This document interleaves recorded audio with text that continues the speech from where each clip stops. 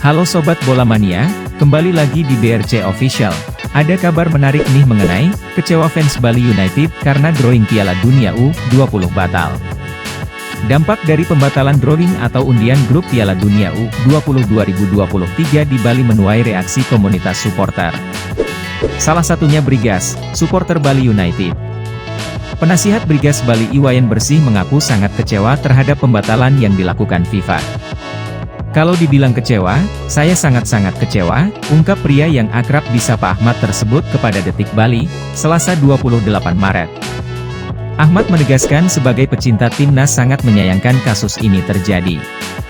Padahal jauh sebelum Bali ditunjuk sebagai salah satu tempat penyelenggaraan Piala Dunia U20, bahkan dapat kehormatan sebagai tempat drawing tersebut kan sudah ada perjanjian oleh semua pihak baik itu pemerintah daerah Bali, pelaksana Piala Dunia dan FIFA, tutur supporter Bali United dari 2015 tersebut.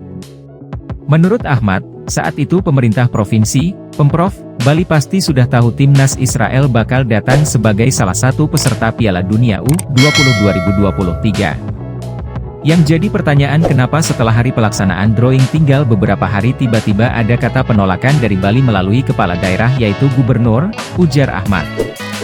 Supporter asal Bangli tersebut bertanya-tanya, apa yang membuat Pemprov Bali harus memberi penolakan ketika mendekati waktunya untuk Piala Dunia.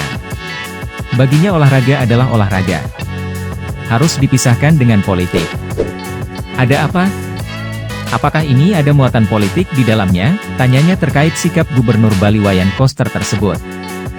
Menurut dia, Piala Dunia sangat berarti bagi persepakbolaan tanah air, sebagai momentum kebangkitan tim Garuda. Jadi ia masih berharap pelaksanaan masih akan tetap di Indonesia. Harapan saya mudah-mudahan Piala Dunia U20 tetap terlaksana di Indonesia. Walau drawing tunda mungkin diadakan di daerah lain atau negara lain, harapnya. Terpisah, Ketua Soccer Community Dewa Ketut Sudiarsana juga mengaku teramat kecewa terhadap pembatalan tersebut. Karena tim Bali United sudah banyak berkorban untuk persiapan Piala Dunia ini.